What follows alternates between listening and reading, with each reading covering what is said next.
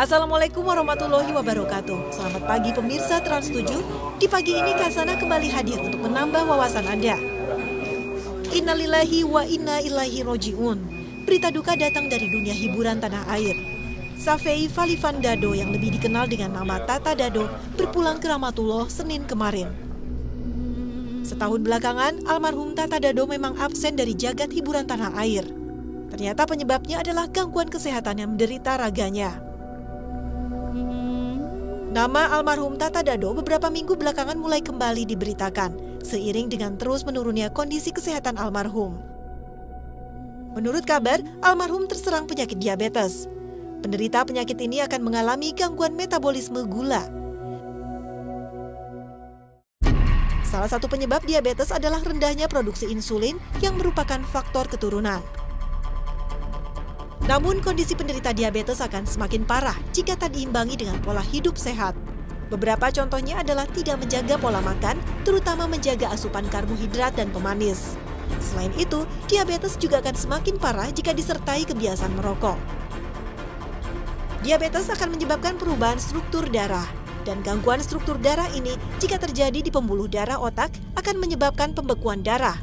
Sehingga pada akhirnya sel-sel otak akan mati, sehingga menyebabkan kerusakan dalam sistem saraf yang lazim dikenal dengan istilah stroke. Nampaknya kondisi komplikasi diabetes dan stroke inilah yang menyebabkan almarhum Tata Dado terbaring lemah setahun belakangan ini. Dan pada akhirnya Allah telah berkehendak untuk mengakhiri masa kehidupan almarhum di dunia. Nama Tata Dado mulai mencuat ketika dirinya turut bergabung dalam film Lenong Rumpi di medio 90-an. Publik mengenal Tata Dado sebagai salah satu komedian yang mampu memancing tawa penonton. Namun, apa daya, serangan stroke yang menimpanya melumpuhkan segala aktivitas fisiknya. Hal ini nampak dari kondisi fisiknya yang seakan tinggal kulit membalut tulang. Deraan stroke tak hanya menggerogoti fisik almarhum Tata Dado semata. Kondisi keuangan almarhum dan keluarganya turut terpuruk. Bahkan pada akhirnya keluarga memutuskan untuk merawat almarhum di rumahnya di Bilangan, Bekasi, Jawa Barat. Kepergian Tata Dado seakan menegaskan bahwa tidak adalah hal yang lebih pasti selain kematian. Seperti yang difirmankan Allah dalam surat Al-Anbiya ayat ke-35. Kullu nafsin dha'iqatul maut. وَنَبْلُوكُمْ بِالشَّرِّ وَالْخَيْرِ فِتْنَةً وَإِلَيْنَا تُرْجَعُونَ. Sadaqallahul Azim. Maha benar Allah atas segala firman-Nya.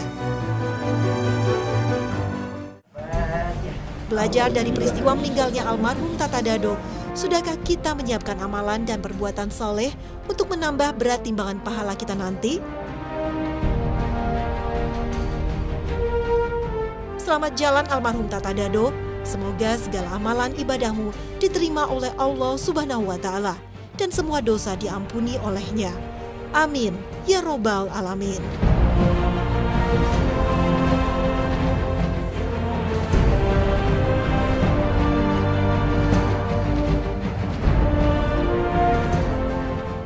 Bismillahirrahmanirrahim. وَلِكُلِّ أُمَّةٍ أَجَلٌ فَإِذَا جَاءَ أَجَلُهُمْ لَا يَسْتَأْخِرُونَ سَاعَةً وَلَا يَسْتَقْدِمُونَ. Rasulullah SAW selalu mengingatkan kepada para sahabatnya tentang perkara gaib yang tidak diketahui kapan terjadinya. Ada 5 perkara gaib: kiamat, hujan, apa yang terjadi di rahim, apa yang terjadi esok hari, dan terakhir kematian. Kematian merupakan perkara gaib yang tidak ada seorang pun yang tahu. Tapi ajal pasti datang dan tak ada yang mampu menundanya. Setelah mati, manusia akan berpindah ke alam lain yang disebut alam barzah. Nah pemirsa, apa yang dimaksud alam barzah? Dan apa yang terjadi di alam barzah ini?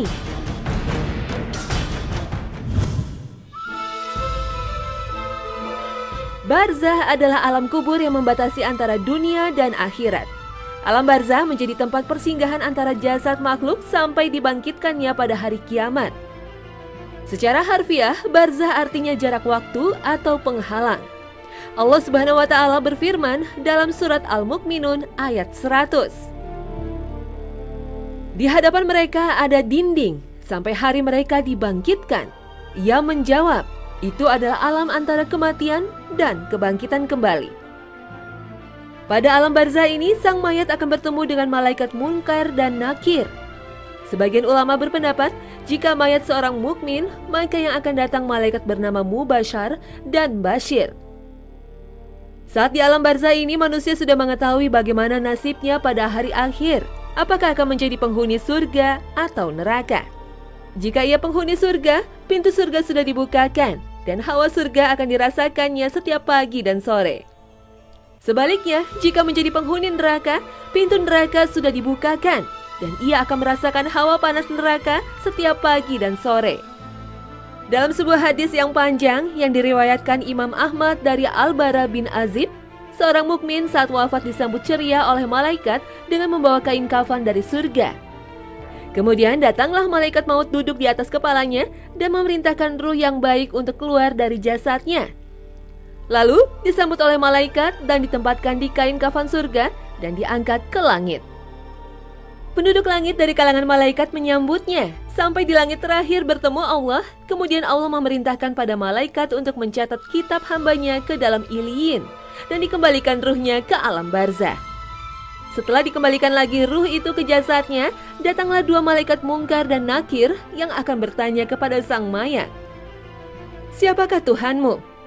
Apa agamamu? Siapa lelaki yang diutus kepadamu? Siapa yang mengajarimu?" Orang yang beriman bisa menjawab dengan baik semua pertanyaan malaikat ini, kemudian mendapat kenikmatan di alam kubur dengan dibukakan pintu surga baginya. Dilapangkan alam kuburnya, sang mayat akan mendapat teman yang baik, dengan wajah yang baik, pakaian yang baik, dengan aroma yang baik. Keadaan ini berbeda dengan orang yang tidak beriman. Ia akan merasakan pedihnya siksa kubur.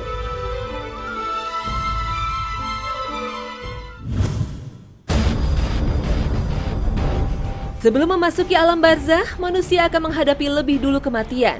Dan saat nyawa berpisah dari raga, inilah detik-detik yang sangat menegangkan dan menyakitkan yang disebut sakratul maut. Datangnya sakratul maut adalah sesuatu yang pasti terjadi. وَجَاءَتْ سَكْرَةُ الْمَوْتِ بِالْحَقِّ ذَلِكَ مَا كُنْتَ مِنْهُ تَحِيدُ. Dalam surat Al-Qiyamah, Allah berfirman, "Sekali-kali jangan apabila nafas seseorang telah mendesak sampai kerongkongan dan dikatakan kepadanya, 'Siapakah yang dapat menyembuhkannya?' Dan dia yakin bahwa sesungguhnya itulah waktu perpisahan dan bertaut betis kiri dengan betis kanan. Dan kepada Rabb-Mu lah pada itu kamu dihalau." Ibnu Abi An-Dunya rahimahullah berkata, kematian adalah kengerian yang paling dahsyat di dunia dan akhirat bagi orang yang beriman.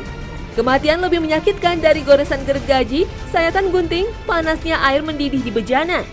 Seandainya ada mayat yang dibangkitkan dan menceritakan kepada penduduk dunia tentang sakitnya kematian, niscaya penduduk dunia tidak akan nyaman dengan hidupnya dan tidak nyenyak dalam tidurnya. Sebelum ajal akan menjemput manusia agung, Rasulullah SAW, malaikat Jibril didampingi malaikat Israel lebih dulu mendatanginya, kemudian meminta izin untuk mencabut nyawanya. Sebagai pelajaran bagi umatnya, Rasulullah pun merasakan pedihnya sakratul maut seperti diceritakan Fatimah, putri Rasulullah tatkala kondisi Rasulullah memburuk. Fatimah berkata, "Alangkah berat penderitaanmu, ayahku." Beliau menjawab, "Tidak ada penderitaan atas ayahmu setelah hari ini." Siti Aisyah, istri baginda Rasulullah, menceritakan, menjelang ajal di hadapan Rasulullah ada satu bejana kecil dari kulit berisi air. Beliau memasukkan tangan ke dalamnya dan membasuh muka dengannya seraya berkata, "La ilaha illallah." Sesungguhnya kematian memiliki sakratul maut, dan beliau menegakkan tangannya dan berkata, "Menuju Rafiqil A'la," sampai akhirnya nyawa beliau tercabut dan tangannya melemas.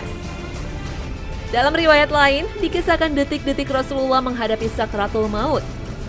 Rasulullah menghadapkan diri kepada Allah sambil berdoa, Allahumma ya Allah, tolonglah aku dalam sakratul maut ini. Siti Aisyah pada waktu itu memangku kepala Nabi. Terasa olehku Rasulullah SAW sudah memberat di pangkuanku. Kuperhatikan air mukanya, ternyata pandangannya menatap ke atas seraya berkata, Ya Arafiq Allah, dari surga engkau telah dipilih maka engkau pun telah memilih demi yang mengutusmu dengan kebenaran. Saat itulah Rasulullah berpulang ke hadirat ilahi Robbi sambil bersandar antara dada dan leher istrinya Aisyah. Siti Aisyah berkata, Aku tidak iri kepada siapapun atas kemudahan kematiannya sesudah aku melihat kepedihan kematian pada Rasulullah. Inilah pelajaran bagi umatnya hingga Rasulullah rela untuk menderita dalam sakratul maut. Namun Rasulullah menyampaikan kabar baik. Seorang hamba mukmin jika telah berpisah dengan dunia, menyongsong akhirat, maka malaikat akan mendatanginya dari langit dengan wajah yang putih. Rona muka mereka layaknya sinar matahari. Mereka membawa kafan dari surga serta hanut atau wewangian dari surga. Mereka duduk di sampingnya sejauh mata memandang. Berikutnya malaikat maut hadir dan duduk di dekat kepalanya sambil berkata, Wahai jiwa yang tenang, keluarlah menuju ampunan Allah dan keridhoannya. Ruhnya keluar bagaikan aliran cucuran air dari mulut kantong air. Setelah keluar ruhnya, maka setiap malaikat maut mengambilnya dan para malaikat lainnya tidak membiarkan di tangan malaikat maut sejenak saja untuk mereka ambil. Lalu diletakkan di kafan dan dari jenazah tercium aroma mis terwangi yang ada di dunia. Inilah sakratul maut yang dialami oleh orang-orang yang istiqomah dalam keimanan dan kesolehannya. Alladzina tatawaffahumul malaikatu tayyibina yaquluna salamun alaikum udkhulul jannata bima kuntum ta'malun. Dalam catatan sejarah, berbagai kisah sakratul maut penuh rahmat dialami oleh orang-orang saleh. Imam Al-Ghazali sebelum wafat sempat menunaikan sholat lebih dulu. Saat posisi tidur dengan kedua tangan di dada serta menghadap ke kiblat, malaikat maut pun datang mencabut nyawanya. Berbagai kisah lainnya juga menjadi teladan bagi kita. Orang-orang soleh wafat saat bersujud membaca Al-Quran atau ada juga yang tengah berdakwah.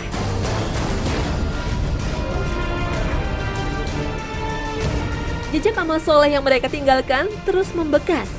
Sebagai bukti cinta, ribuan orang melayat dan menghadiahinya dengan sholat jenazah. Subhanallah, alangkah indahnya ajal menjemput mereka. Tapi kabar buruknya, sakratul maut yang dialami orang-orang kafir begitu dahsyat penderitaannya. Alangkah dahsyatnya sekiranya kamu melihat saat orang-orang zalim dalam tekanan sakratul maut, sedangkan para malaikat memukul dengan tangannya sambil berkata, Keluarlah nyawamu. Di hari ini kamu dibalas dengan siksaan yang sangat menghinakan karena kamu selalu mengatakan terhadap Allah yang tidak benar dan karena kamu selalu menyombongkan diri terhadap ayat-ayatnya. Rasulullah bersabda, sesungguhnya hamba yang kafir jika akan berpisah dengan dunia menyongsong akhirat, maka malaikat-malaikat yang kasar akan turun dari langit dengan wajah yang buruk. Mereka duduk sepanjang mata memandang, kemudian malaikat maut hadir dan duduk di atas kepalanya dan berkata, Wahai jiwa yang keji, keluarlah engkau menuju kemurkaan Allah dan kemarahannya. Maka yang mencabut ruhnya layaknya mencabut safut atau penggerek besi bermata banyak terbuat dari bulu wol basah. Setelah jenazah berada di alam barzah, siksa kubur menanti orang-orang yang zalim. Dalam berbagai hadis, Rasulullah mengisahkan derita alam kubur. Suatu saat Rasulullah melewati 2 kuburan. Sesungguhnya 2 orang sedang disiksa, dan keduanya tidak disiksa karena dosa besar. Kemudian beliau bersabda, yang seorang tidak menjaga diri dari percikan air kencing, sedangkan yang lainnya suka mengadu domba. Kemudian Nabi mengambil sebuah pelepah kurma yang masih basah, kemudian membelah menjadi 2 bagian dan menancapkannya satu bagian pada masing-masing kuburan. Para sahabat bertanya, "Wahai Rasulullah, mengapa engkau melakukan ini?"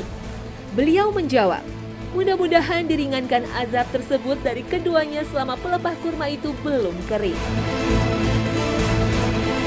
Allah sengaja tidak membuka alam barzah, sehingga manusia bisa melihat derita siksa kubur. Namun Allah mengungkap melalui firman-Nya dan sabda Rasulullah. Di alam kubur, malaikat akan bertanya kepada orang kafir dan munafik, "Bagaimana menurutmu tentang Rasulullah SAW?" Ia menjawab, "Aku tidak tahu." Maka kedua malaikat berkata, "Engkau tidak tahu? Engkau tidak membaca?" Kemudian ia dipukul dengan palu dari besi tepat di wajahnya.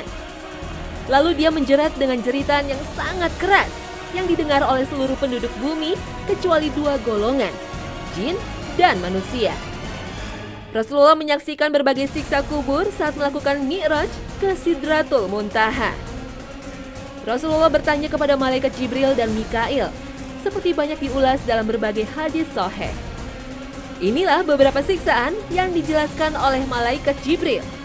Orang yang disiksa dengan dirobek mulutnya adalah seorang yang senang berdusta. Orang yang kepalanya dipecahkan adalah orang telah belajar Al-Quran tapi tidak mengamalkannya.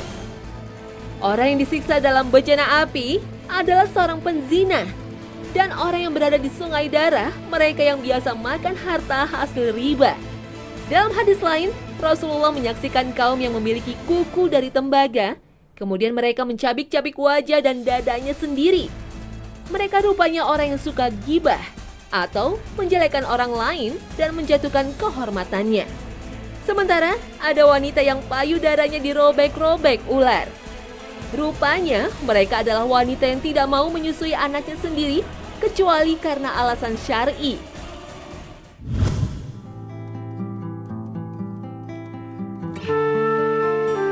Rasulullah SAW mengajarkan kepada umatnya setiap melakukan tasyahud dalam sholat, hendaknya meminta perlindungan dari 4 perkara. Hendaknya ia berdoa, "Ya Allah, sesungguhnya aku berlindung kepadamu dari azab neraka jahanam, azab kubur, fitnah kehidupan dan kematian, serta kejelekan fitnah Al-Masih Ad-Dajjal." Namun, bagi yang mati syahid, sudah mendapat jaminan dari Allah tidak akan mendapat siksa kubur. Karena mereka sesungguhnya tidak mati, tapi hidup dengan penuh rezeki dari Allah. وَلَا تَحْسَبَنَّ الَّذِينَ قُتِلُوا فِي سَبِيلِ اللَّهِ أَمْوَاتًا بَلْ أَحْيَاءٌ عِندَ رَبِّهِمْ يُرْزَقُونَ فَرِحِينَ بِمَا آتَاهُمُ اللَّهُ مِنْ فَضْلِهِ وَيَسْتَبْشِرُونَ بِالَّذِينَ لَمْ يَلْحَقُوا بِهِمْ مِنْ خَلْفِهِمْ أَلَّا خَوْفٌ عَلَيْهِمْ وَلَا هُمْ يَحْزَنُونَ. Sadaqallahul Azim. Bagi kita yang hidup dalam situasi aman, masih ada cara untuk terhindar dari azab kubur. Selain memperbanyak amal soleh, kita harus sering berdoa untuk wafat dengan husnul khotimah dan gemar membaca surat Al-Mulk. Dalam beberapa hadis disebutkan bahwa orang yang meninggal pada hari Jumat, Allah akan melindunginya dari azab kubur. Begitu pula orang yang biasa membaca surat Al-Mulk, karena surat ini menjadi pelindung dari azab kubur. Insya Allah. Saat tubuh kita mati, kerja jantung dan peredaran darah terhenti. Nafas pun berhenti. Refleks cahaya dan kornea mata hilang. Kulit menjadi pucat dan terjadi relaksasi otot. Setelah tubuh menjadi mayat, jasad pun menjadi lebam dan kaku. Suhu tubuh menurun, kemudian membusuk. Namun, jasad yang dimuliakan Allah bisa tetap utuh. Allah tidak mengizinkan tanah untuk membuatnya busuk, seperti jasad para nabi dan para syuhada. Subhanallah. Rasulullah bersabda, sesungguhnya Allah Azza wa Jalla mengharamkan tanah memakan jasad para nabi. Abdullah Azam, seorang ulama yang menggerakkan jihad di Afghanistan, mengisahkan pengalaman Umar Hanif yang menggali para syuhada perang Afgan. Aku telah membuka dengan tanganku 12 kuburan para syuhada. Maka aku tidak mendapati seorang syahid pun yang berubah jasadnya. Dan aku lihat sebagian mereka tumbuh jenggotnya dan panjang kukunya di dalam kubur. Abdullah Azam juga menuturkan mencium bau kasturi seorang syahid yang darahnya menetes pada sepucuk surat. Rasulullah bersabda, demi zat yang jiwaku di tangannya, tidaklah seseorang terluka di jalan Allah dan Allah lebih tahu siapa yang terluka di jalannya. Melainkan dia akan datang pada hari kiamat dengan darah berwarna merah, sedangkan baunya seharum kasturi. Kisah tadi di era kekinian sudah terjadi. Beberapa hari lalu, warga desa Warnasari, Sukabumi, Jawa Barat digegerkan dengan sesosok jenazah yang masih utuh meski sudah terkubur selama 20 tahun. Bahkan kain kafan pembungkus jenazah hanya terlihat kotor dan usang oleh tanah. Para tukang gali kubur pun takjub dengan penemuan ini.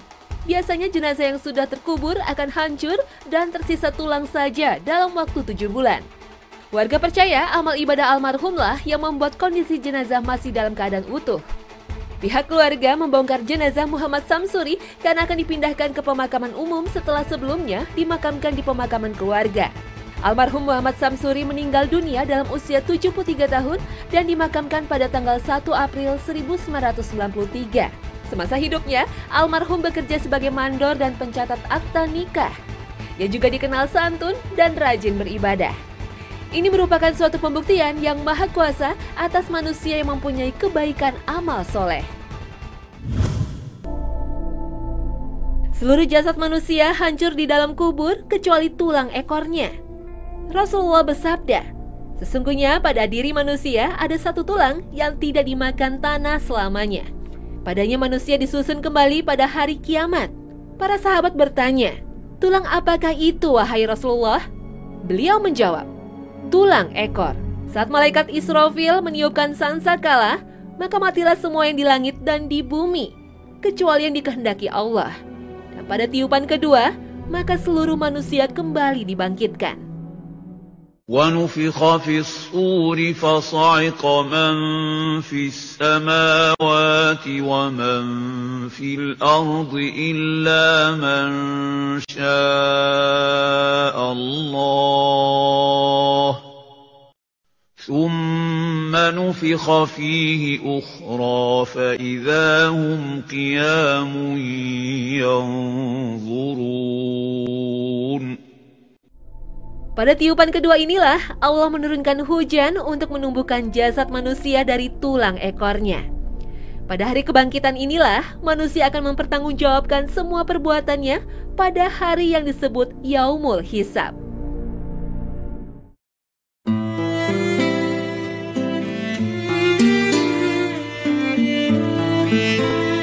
Nah pemirsa, semoga kisah tentang alam barzah makin menyadarkan kita hidup di dunia hanya sementara. Dan yang terpenting, apa yang bisa kita persiapkan sebagai bekal menuju hari akhir. Terima kasih atas kebersamaan Anda. Wassalamualaikum warahmatullahi wabarakatuh.